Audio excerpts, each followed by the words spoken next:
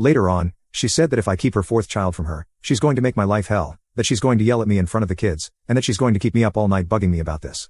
She never ended up doing these things. I feel like she just can't stop making empty threats, I think because of her emotional dysregulation. She also had a fit later in the day where she stomped her feet, yelled, and was shaking while she said, "I'm not waiting any longer than today.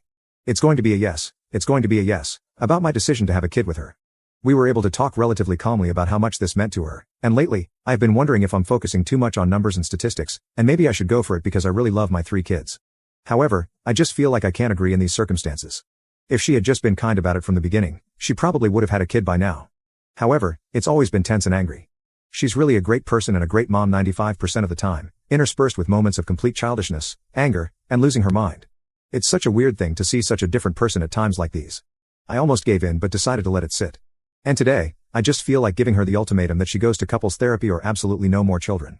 She doesn't believe a therapist will help us at all, so she refuses. She says I don't love her enough or else I would see her suffering and give in. I don't know if she's right about that or not, and it makes me feel bad. I also told her that you don't tell someone you love that you're going to make their life hell. I do expect her to change, and I don't want to be yelled at anymore. I've put everything into this marriage, and I think it could work, but I feel unsafe from her freakouts. I want to make the best decision for my kids, and I want her to feel complete, but I just don't think it's possible to have a kid under these circumstances. She says that when I bring up her behavior as one of the main reasons why I don't want to have another kid, she feels like I'm beating her down, and she has no self-respect or dignity left.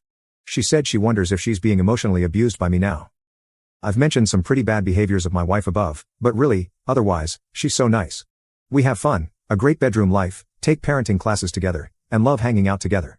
That's like 95% of our time together, and the other 5% is Mr. Hyde. I want to do this for her and our family and spare my children some life trauma, but not under these circumstances of threats, silent treatment, yelling, etc. I've recently been trying to get her to see a psychologist, but she's been refusing and telling me I'm being controlling, so I've dropped it. What would you do? Update 1. Hi everyone. First, I would like to say thank you to everyone who commented on my other post. I really appreciate it. It gave me the support I needed to stand firm. I spoke with my wife last night before bed and asked her if she is able to talk about what happened on Sunday. She said she didn't really want to, but agreed. I asked her if she had apologized to the kids for yelling at them and told them that it was wrong, and she said she had but needed to talk with them more, so she was going to do that the next day, as in today. Then I just told her that I love her and that I want us to grow old together and have a healthy and happy marriage. Afterward, I told her that some of her behavior yesterday was scary, and I think she might have something deeper going on. I asked her if she would consider calling her doctor and running some tests for postpartum or hormone levels. At this point, she just turned her head to the wall and wouldn't look at me. She said no, she's not willing to do that. I asked her if she would be willing to meet with someone else who might have different tools to help her.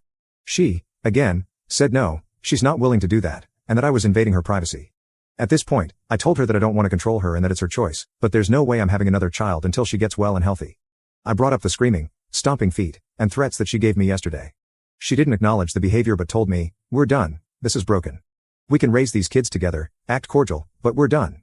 We keep hurting each other, and we don't understand each other." I said that I would like to make things work, and maybe a couples therapist could help us communicate and understand each other better.